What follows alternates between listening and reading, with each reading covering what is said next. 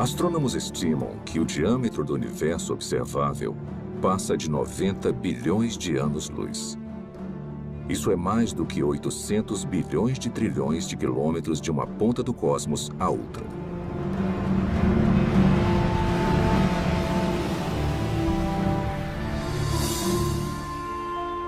O universo contém pelo menos 170 bilhões de galáxias, com tantas estrelas e planetas que superam em número a quantidade de grãos de areia em todas as praias do mundo.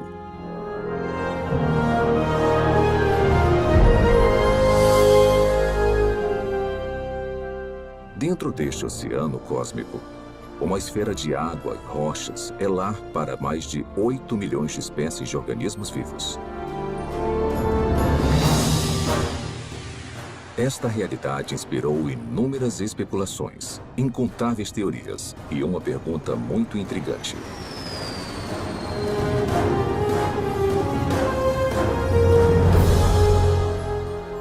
Quais são as chances de a vida ter surgido no terceiro planeta depois de um Sol orbitando em um braço espiral da galáxia Via Láctea? Foi simplesmente um golpe de sorte ou haveriam mais aspectos envolvidos além do acaso e das interações aleatórias entre matéria e energia?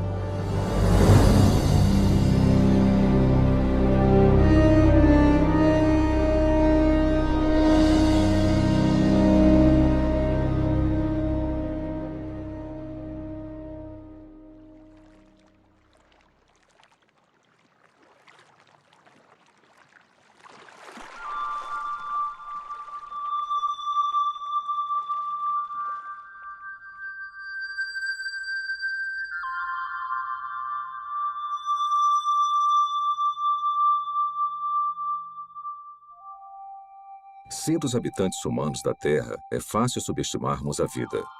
Na verdade, somos mimados por uma abundância.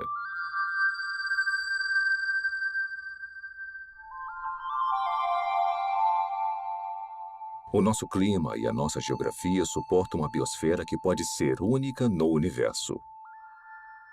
E basicamente não há lugares muito quentes, muito frios ou muito isolados para os organismos vivos prosperarem.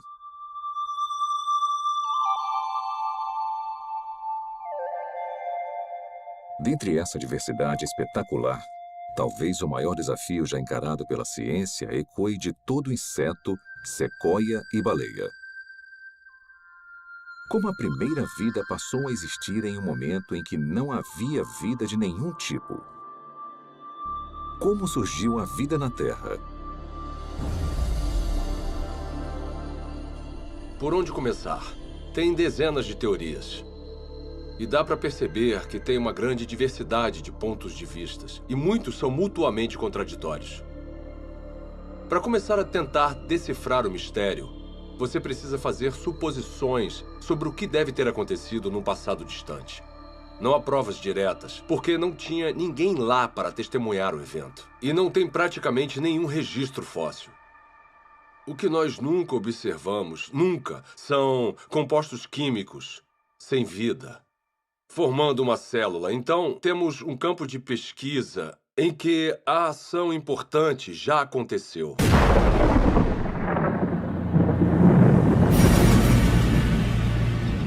A história primordial da Terra é, de fato, uma narrativa incompleta.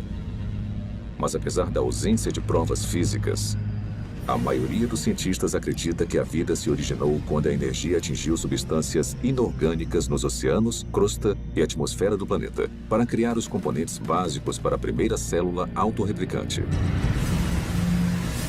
Ao pensar na origem da vida, as regras, e não digo da própria ciência, mas da filosofia subjacente, as regras dizem que para resolver o problema, você pode usar matéria, energia, lei natural, irregularidades naturais e processos do acaso. Mas o seu kit de ferramentas acaba aí.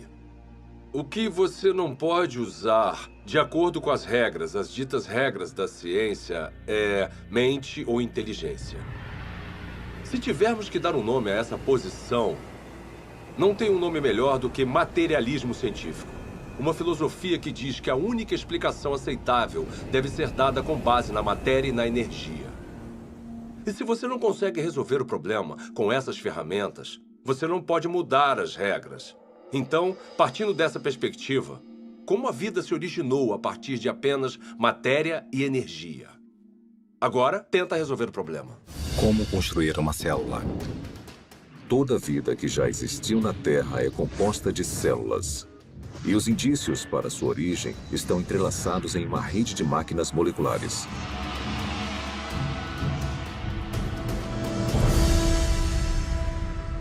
Dentro de uma célula eucarótica moderna, mecanismos biológicos complexos fazem o seu trabalho enquanto estão suspensos em líquido. Não há vida nessas máquinas, mas juntas elas permitem crescimento, movimento, metabolismo e reprodução, as funções vitais da vida.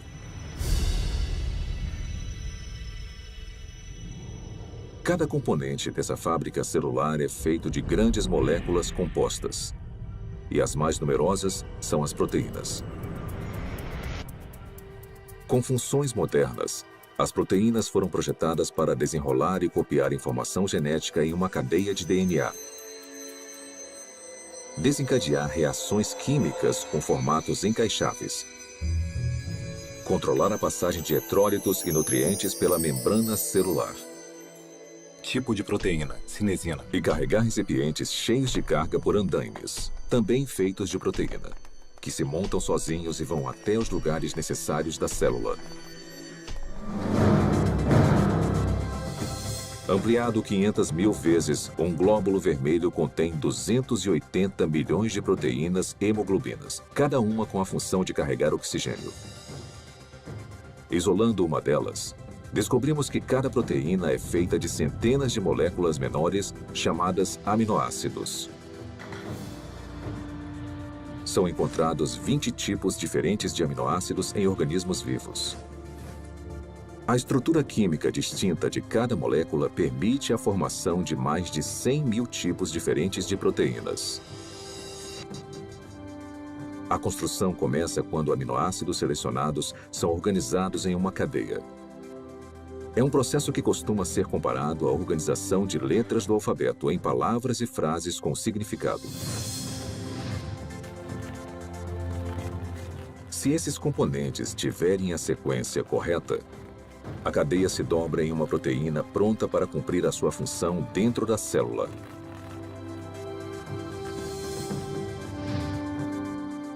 Mas se os aminoácidos forem arranjados na ordem errada, a cadeia não vai se dobrar e eventualmente será destruída. A célula viva mais simples contém pelo menos 300 tipos diferentes de proteínas e o mecanismo biológico necessário para crescer, se reproduzir, converter energia, guardar e processar informação genética e proteger os seus conteúdos do mundo externo. Componentes e funções similares também seriam necessários na primeira célula viva. Agora vamos aplicar essa química básica a uma teoria familiar para a origem da vida. Os cientistas especulam há muito tempo sobre oceanos primordiais cheios de aminoácidos que flutuavam como carrinhos de bate-bate.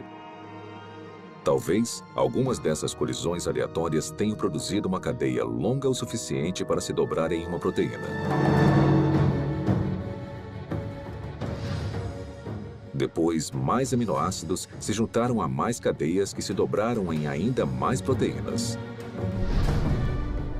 Simultaneamente, outras moléculas complexas, incluindo ácidos nucleicos, gorduras e açúcares, também se juntaram para formar componentes essenciais. Então, sem previdência ou direção, a combinação certa de moléculas se juntou de alguma forma nessa sopa química para formar uma membrana que envolvia todas as máquinas específicas necessárias para uma célula autorreplicante. E pronto! Vida a partir de uma matéria não viva. Tudo parece tão plausível. O problema é que, na Terra primitiva, a complexidade interna necessária para sobreviver seria enorme. Porque a vida, como a conhecemos, é caracterizada por máquinas celulares e muitas delas. E se você tirar esse hardware essencial, a célula deixa de existir. Porque chega um momento em que ela não consegue se simplificar mais e ainda existir. Uma simplificação maior seria a morte. Costumamos ouvir críticas como: você não pode projetar a biologia celular moderna no passado. Porque o que quer que tenha sido a primeira célula, ela era mais simples do que o que vemos hoje. Tudo bem, eu posso entender isso como uma premissa. Descreva então a primeira célula. Membrana celular. Para ser a célula viva, você precisa de uma barreira, uma membrana que a proteja do resto do ambiente.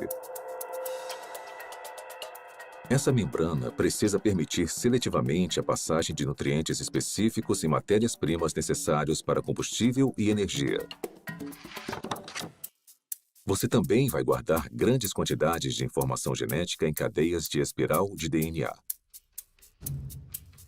Essas instruções detalhadas para a vida são copiadas com uma precisão notável. Então, em fábricas chamadas ribossomos, essa informação é convertida em cadeias de aminoácidos e proteínas. Replicação celular. Por fim, você vai estar equipado com tudo o que precisa para reproduzir as gerações futuras de células. Essas funções básicas são realizadas por todos os seres vivos. São, de certa forma, características do que significa estar vivo. Então, seja uma célula do passado, uma célula bem simples, ou uma célula mais complicada de hoje em dia, não faz diferença, ela vai precisar realizar essas funções. Grande parte dos químicos acredita, assim como eu, que a vida surgiu espontaneamente, a partir da mistura de moléculas na terra prebiótica. Como? Eu nem imagino. George Whiteside, químico, Universidade Harvard. Apesar dos assombrosos obstáculos, a noção de que componentes químicos básicos se organizaram para formar uma célula viva é sugerida no mínimo 150 anos. Em 1871, Charles Darwin escreveu uma carta na qual descreveu um pequeno lago morno com todos os componentes químicos certos para criar a vida. Meio século depois, o bioquímico russo Alexander Oparin expandiu as ideias de Darwin. Em seu livro A Origem da Vida, ele teorizou sobre uma sopa primordial e uma progressão gradual de uma química simples até uma célula viva. Então, em 1952, essa hipótese foi testada. Stanley Miller, um aluno de pós-graduação da Universidade de Chicago, tentou determinar se uma química simples poderia produzir componentes reais de vida. O jovem cientista construiu um equipamento de vidro para simular o ciclo de água antigo e o encheu com uma mistura de gases que supostamente compunham a atmosfera da Terra primitiva. Miller aqueceu os componentes e atingiu os gases com descargas elétricas. Faíscas elétricas para desencadear uma reação. Poucos dias depois, um lodo parecido com piche se formou no vidro. Nele, Miller identificou 4 dos 20 aminoácidos encontrados em proteínas. Pela primeira vez, sob condições supostamente naturais, moléculas cruciais para a vida foram geradas a partir de matéria e energia.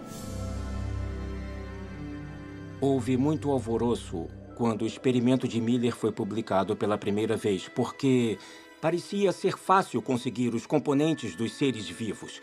E se era fácil conseguir os componentes, talvez não fosse tão difícil transformar esses componentes químicos nas primeiras células vivas.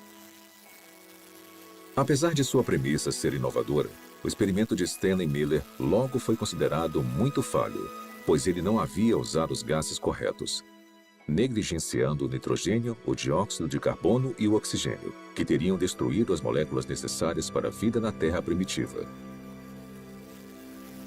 Mas apesar dos erros, o trabalho de Miller inspirou outras tentativas de recriar as condições pré-bióticas. Hoje, após décadas de investigações, A esperança de se encontrar uma solução de forma simples e clara já não existe mais. Mesmo assim, as pesquisas sobre a origem da vida continuam por todo o mundo. Sua hipótese essencial de que as células vivas surgiram através da química natural agora é conhecida como evolução química. A evolução química vem com muita bagagem. E se você for levá-la a sério como uma explicação para a origem da vida, com certeza você também precisa levar a sério certas propriedades fundamentais da biologia.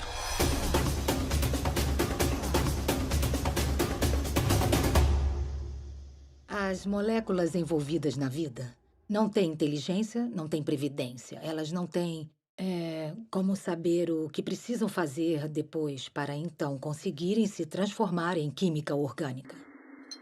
Se eu colocar aminoácidos em um tubo de ensaio no meu laboratório, mesmo se eu esquentar e misturar muito bem, e fizer isso por 100 anos, 1000 anos, 10.000 anos ou 1 milhão de anos, nada aconteceria.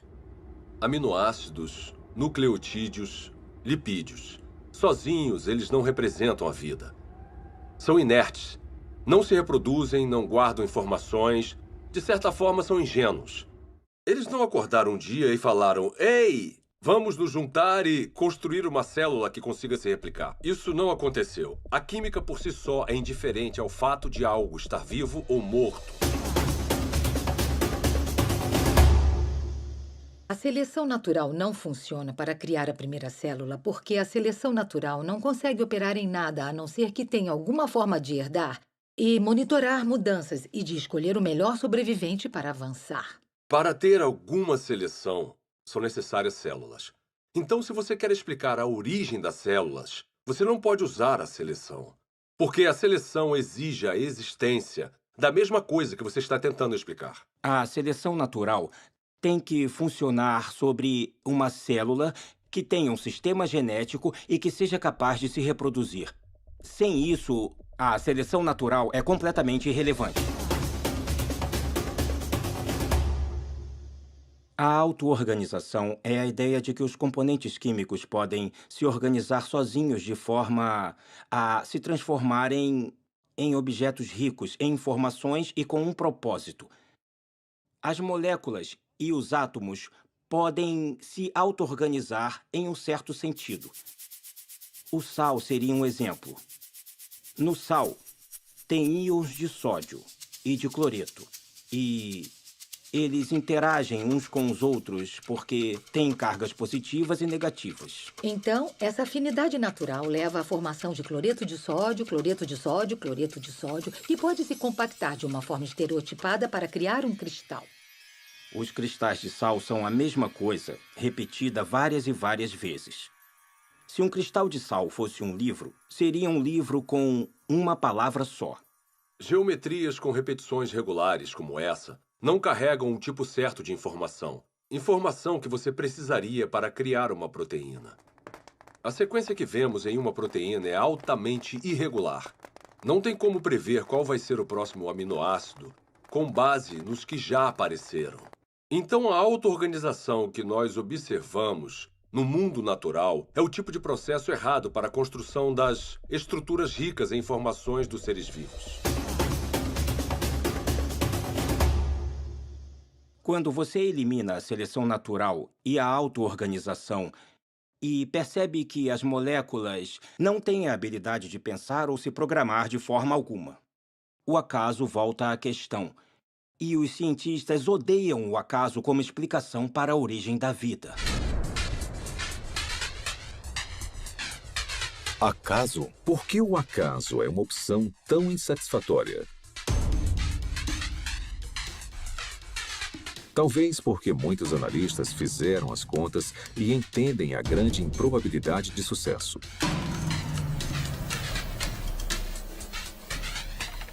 O acaso é definido como o elemento desconhecido e imprevisível em qualquer evento que não tenha um motivo atribuível ou orientação de uma lei natural ou de um agente inteligente.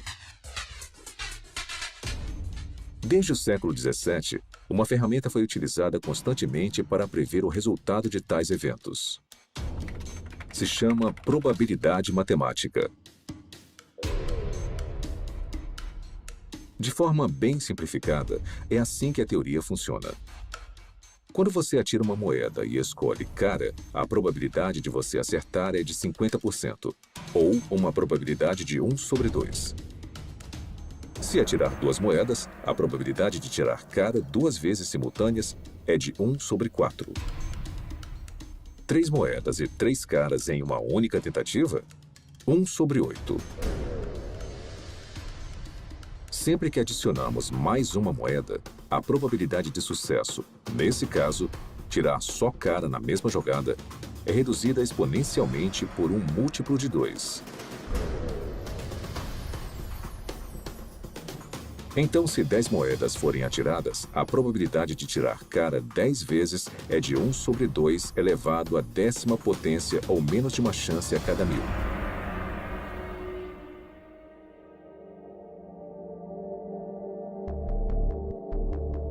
Quando aplicado à origem da vida e à formação aleatória de grandes biomoléculas, a teoria da probabilidade esclarece as limitações do acaso como um agente criativo na Terra primordial. Por exemplo, quais são as chances de uma única proteína se formar exclusivamente através das interações às cegas da química? O nosso alvo é uma molécula menor do que a média, composta de 150 aminoácidos alinhados para garantir uma cadeia dobrada. Os pesquisadores calcularam que, na Terra antiga, a probabilidade de sucesso era de 1 sobre 10 elevado à 164ª potência. Ou seja, uma cadeia de proteína corretamente sequenciada a cada 100 milhões de trilhões de trilhões de trilhões de trilhões de trilhões de trilhões de trilhões de trilhões de trilhões de trilhões de trilhões de trilhões de trilhões de tentativas fracassadas. Mas apesar dessa grande improbabilidade, alguns teóricos argumentam que, com tempo suficiente, qualquer coisa é possível. Está bem? Vamos tentar a validade dessa opinião. Vamos começar estabelecendo um ambiente ideal para a evolução química. Um mundo imaginário que dará ao acaso toda a oportunidade de sucesso. Primeiro, vamos lotar os oceanos de aminoácidos. Ou seja, todos os átomos na Terra, incluindo todo o suprimento de carbono, nitrogênio, oxigênio, hidrogênio e enxofre, estão disponíveis para formar 10 elevado à 41ª potência de conjuntos completos dos 20 tipos de aminoácidos usados na criação de proteínas. Depois vamos alterar as leis da natureza para proteger esses componentes dos raios de luz ultravioleta destruidores e da contaminação química na sopa primordial. Agora vamos deixar a química agir para ver o que acontece.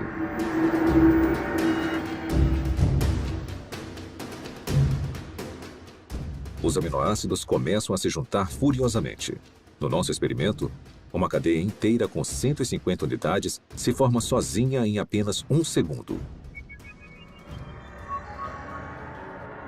Como os 20 tipos de aminoácidos estão disponíveis, na maioria dos lugares, há uma probabilidade de 5% ou de 1 sobre 20 da molécula correta se alinhar na cadeia.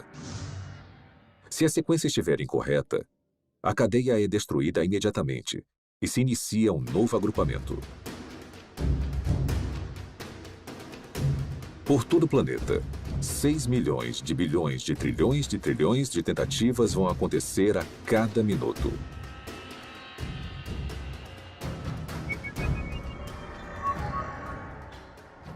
Ou seja, em 4,6 bilhões de anos, a idade mais antiga estimada da Terra, o número de cadeias que não se dobram vai passar de 10 elevado à 58ª potência.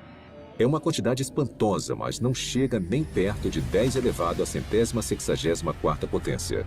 Aproximadamente as tentativas necessárias para se criar uma proteína de 150 aminoácidos por acaso.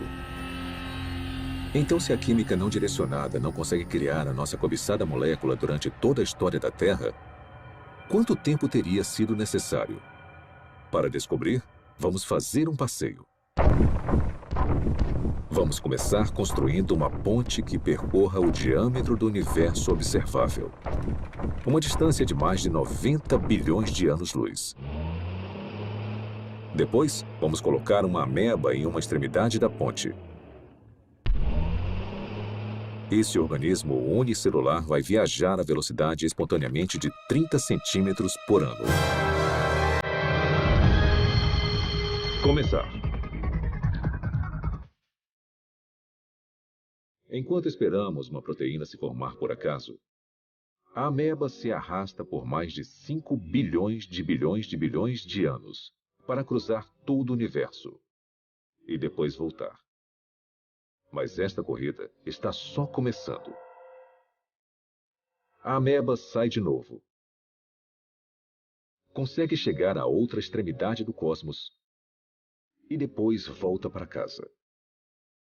Mesmo assim, nenhuma proteína funcional está à vista.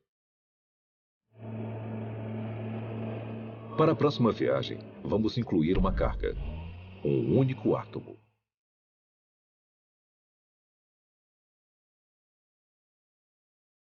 Após percorrer lentamente mais de 800 bilhões de trilhões de quilômetros, a ameba deixa a carga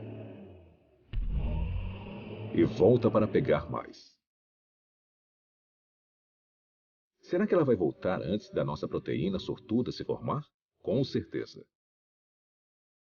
Na verdade, ela vai fazer mais 10 viagens completas. Depois 20, 100, 1000. E ainda não há nenhum sinal de uma molécula utilizável. A ameba continua fazendo viagens completas até carregar todo o átomo da Terra. Depois, todos os átomos do nosso sistema solar. Depois, todo o planeta e estrela da Via Láctea. Um átomo por vez. Na verdade, enquanto esperamos uma proteína se formar sozinha, a ameba tem tanto tempo que, se movendo apenas 30 centímetros por ano e carregando um átomo por viagem, ela vai transportar todo o universo mais de 56 milhões de vezes. É esse o tempo que demoraria para o acaso criar uma proteína funcional. Suponhamos que, contra todas as probabilidades, a evolução química tenha produzido uma única proteína funcional. Haveria vida? Não. Haveria uma proteína. Um arranjo sem vida de aminoácidos. A célula viva mais simples que conhecemos tem mais de 300 proteínas diferentes. Mas as proteínas são só uma parte da história quando pensamos em uma célula de verdade. Lembre-se, são necessários carboidratos, açúcares complexos, ácidos nucleicos, DNA e RNA, lipídios e uma grande variedade de compostos químicos diferentes que vão constituir conjuntamente a vida. Todos esses componentes precisam ser reunidos no mesmo microambiente, no mesmo momento. Cada componente químico precisa, então, ser reunido e organizado na rede de máquinas moleculares que vão controlar todas as facetas da vida. Se nós conseguirmos entender toda a dificuldade de produzir uma máquina molecular usando nada além de átomos e energia, vemos que há um grande problema, porque quando temos uma máquina molecular, não temos um ser vivo. Essas máquinas moleculares precisam de outras máquinas moleculares. E mesmo se a natureza fosse capaz de produzir todas as máquinas moleculares necessárias, não seria o suficiente. Todas elas precisariam estar juntas em um espaço pequeno envolvido por uma membrana que chamamos de célula. Pelo meu conhecimento do que é necessário para se criar uma célula, tudo tem que acontecer na mesma hora. Não pode acontecer uma parte por vez, porque tudo trabalha junto em um loop causal. O mais alto nível de organização transcende as partes. A organização espacial na célula Exige que as moléculas estejam no lugar certo na hora certa. O DNA é copiado para o RNA. A polimerase que faz a cópia precisa encontrar o lugar certo no DNA para começar a copiar. O RNA precisa se ligar de alguma forma aos ribossomos, que precisam estar em um lugar específico, e então as proteínas criadas precisam ir a um outro lugar específico. Isto é muita coisa para ser explicada pelo acaso. A probabilidade de eles estarem no mesmo espaço ao mesmo tempo se torna mais do que inimaginável. E a probabilidade deles estarem cercados por uma membrana, assim como uma célula, é basicamente impossível. Tirando o acaso da questão, a busca por uma explicação materialista viável seguiu em várias direções. As teorias incluem superfícies de argila com rachaduras, para onde as moléculas orgânicas poderiam ser atraídas e alinhadas em cadeias de ácidos nucleicos e aminoácidos. Fontes hidrotermais no fundo do mar, que expeliam componentes químicos de caldeirões subaquáticos aquecidos a centenas de graus. E oceanos primordiais cheios de RNA, uma molécula versátil capaz de armazenar e replicar informação genética, teoricamente sem a ajuda do DNA ou de proteínas. Propostas como essas causaram um interesse considerável. Mesmo assim, todas encaram o mesmo obstáculo que derrubou o acaso: a transformação de componentes sem vida nas biomoléculas complexas da vida. Esse problema fica evidente na hipótese do mundo de RNA. O mundo de RNA é a ideia de que é possível juntar nucleotídeos suficientes para criar uma cadeia longo o suficiente para se autocopiar e, depois de se copiar, fazer a mesma coisa novamente. Os pesquisadores da origem da vida supõem que a primeira vida era composta de nada além de RNA e podia, de alguma forma, criar um mundo mais complexo, onde há proteína e DNA. Ninguém sabe como isso aconteceria. Desde a apresentação do mundo de RNA, a aceitação da teoria aumentou, apesar das várias limitações, inclusive a durabilidade da molécula. Se você apenas olhar para uma molécula de RNA, ela parece se desintegrar. Trabalhar com RNA é extremamente difícil, porque ele é muito delicado. Ele foi criado para ser um depósito temporário de informação. E, em consequência da sua delicadeza, é muito improvável que ele seja útil como algum tipo de ponto de partida para a existência da vida. Então, o RNA não pode preceder a primeira célula porque precisa estar dentro de um ambiente celular para ficar estável, para ser copiado e para ser útil. Hoje em dia, moléculas de RNA são criadas em condições de laboratório. Para muitos bioquímicos, essas cadeias sintéticas de ácidos nucleicos são pelo menos uma confirmação parcial de que a evolução química criou a vida na Terra primordial. Para criar RNA no laboratório, você precisa limpar as superfícies, limpar as pipetas, usar luvas especiais e deixá-lo coberto. E depois torcer para não haver contaminação, porque se houver, o RNA já era. Depois, você precisa resolver o problema do sequenciamento. Então, você precisa de cientistas trabalhando duro para sequenciar o RNA, tentar combinações diferentes e encontrar uma que possa se copiar. Depois, você precisa ter uma cadeia complicada de RNA, que consiga funcionar como a herança e como a enzima no sistema. E as maiores mentes do mundo estão trabalhando nisso, mas ainda não conseguiram resolver o problema. Refletindo sobre a origem da vida e as implicações do RNA sintético, o químico Robert Shapiro observou: a falha nesse tipo de pesquisa não é a química. A falha é a lógica de que o controle experimental de um laboratório moderno estaria disponível na Terra primordial. Na verdade, as chances contra o RNA se formar sozinho são astronômicas.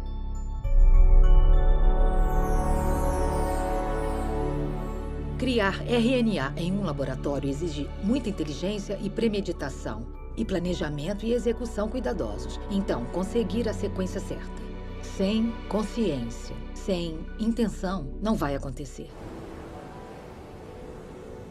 A probabilidade da evolução química é ainda mais enfraquecida pela composição da sopa primordial.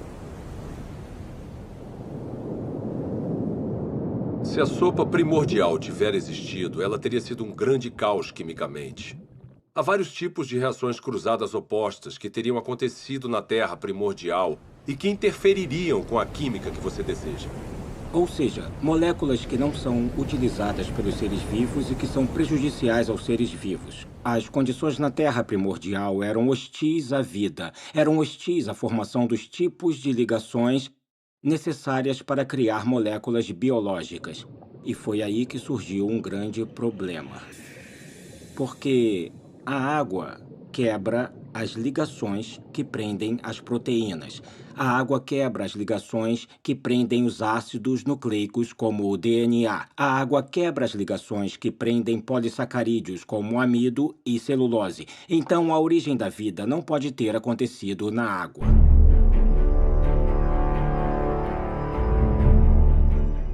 Encarando desafios intransponíveis na Terra, alguns cientistas expandiram as fronteiras de suas buscas. Em 1976, o biólogo vencedor do Prêmio Nobel Francis Crick propôs uma alternativa radical para a origem da vida. Crick sugeriu que o nosso planeta foi semeado com organismos microscópicos, que foram transportados de outra parte do universo, por uma civilização alienígena. Essa teoria é chamada de panspermia. 5 anos depois, o físico Fred Hoyle ofereceu uma versão modificada de panspermia, quando teorizou que as cadeias de DNA haviam sido criadas por uma inteligência de uma galáxia distante e se espalharam como sementes de dente de leão em um dia de ventania. Parte desse material genético chegou na Terra. Outra versão da teoria, popularizada pela Rocha de Marte, um meteorito descoberto na Antártida, afirma que micróbios evoluíram em outro lugar da galáxia e vieram até a Terra, em cometas e asteroides. De alguma forma, podemos falar que a panspermia é um abandono da ciência, porque ela coloca o problema além da examinação. Se a ciência nos diz que a vida provavelmente não começou a existir por conta própria aqui na Terra, então deve ter vindo de outro lugar. Mesmo que pareça um filme de terror ruim dos anos 1950, veio do espaço sideral. Se eu não consigo explicar a vida no planeta Terra, porque, digamos, a atmosfera necessária é geologicamente implausível ou porque eu não consigo a quantidade suficiente de moléculas biologicamente relevantes, esses problemas vão existir em qualquer outro planeta onde postularmos que a vida se originou. Não podemos apagar esses problemas mudando de lugar para outra parte da galáxia. Resumindo, a panspermia não resolve o problema da origem da vida, só o joga para outro local. As falhas da panspermia levaram alguns pesquisadores a uma teoria que vai além da astronomia convencional: o multiverso. De acordo com essa hipótese, o nosso universo não é único. Em vez disso, bilhões ou trilhões de universos foram gerados por um processo natural desconhecido. E conforme as oportunidades aumentaram exponencialmente, as chances impossíveis se tornaram prováveis. Até que, inevitavelmente, com o tempo, a combinação certa de matérias-primas, ambiente, leis da natureza e uma grande dose de sorte produziram as moléculas e máquinas biológicas necessárias para a primeira célula viva. Em outras palavras, em um vasto e teórico oceano de universos, alguém tinha que ganhar a loteria cósmica, e fomos nós. Quando eu leio algum livro sobre a origem da vida que considera alguma proposta para a formação, como digamos, de RNA ou proteínas, e até o autor admite que é quimicamente implausível, eu me pergunto como ele se meteu nesse pepino. Propor um caminho implausível para uma coisa que, para o mundo todo, parece ser planejada. Será que o materialismo científico é provavelmente falso? Ele se meteu nisso porque uma filosofia disse a ele. É a única resposta aceitável. E nesse impasse, eu quero falar ao autor, olha, você sabe que é implausível, eu sei que é implausível. O motivo de ter chegado até aqui, parado na beira desse penhasco que cai na implausibilidade, é porque bem lá atrás, você decidiu que só uma explicação materialista faria sentido. Quantas explicações diferentes e fracassadas dentro da caixa materialista nós precisamos ter antes de decidir que talvez precisemos sair agora dessa caixa. Talvez precisemos de outro tipo de explicação. Quando analisamos as várias teorias científicas, teorias da física, teorias da química, teorias sobre a formação de estrelas, essas teorias são sobre o mundo lá fora. Mas quando falamos sobre a origem da vida, estamos falando de uma teoria que nos envolve. O lugar de onde viemos, nossas origens definitivas, nossas visões de mundo, nossas filosofias, nossa ciência, tudo está ligado. E isso separa a pergunta sobre a origem da vida de todas as outras perguntas na ciência. A ciência natural não está desconectada de tudo o que sabemos ou acreditamos sobre o mundo. Então, uma pergunta limitada e aparentemente técnica, como o RNA surgiu, pode acabar se ligando no tecido da realidade. É uma pergunta muito diferente, como, será que Deus existe? Deus é possível? É possível que Deus seja real? Se a vida, com toda a sua riqueza, não surgiu através de um processo estritamente físico ou natural, precisamos ter indícios disso. E eu acho que a origem da vida é o ponto central em que muita coisa acaba mudando. Eu olho para a natureza como um ser humano curioso e me pergunto, na minha visão, quais são os indicadores normais de inteligência? Eu os vejo na vida? E a resposta é, sim, em abundância. O que vemos nos sistemas biológicos é maravilhoso, é lindo, é elegante e quanto mais aprendemos sobre biologia, mais óbvio é o design. Quando eu comecei a me envolver com o design inteligente, tinha gente postando coisas na internet e falando. Eu me formei no MIT e fui para a Universidade de Washington e pós-doutorado em Harvard. E elas falavam coisas como, ela era inteligente. O que aconteceu? Na verdade, o materialismo coloca vendas nos olhos da ciência e nós deixamos passar o que é mais significativo no mundo. Então, esse é um ótimo momento para ser uma cientista, porque nós temos a oportunidade de ver as coisas com novos olhos. A inteligência é extremamente útil como uma forma de explicar a origem da vida que realmente faça sentido com o que observamos na natureza. A natureza parece ter sido criada. A vida pode ter sido criada.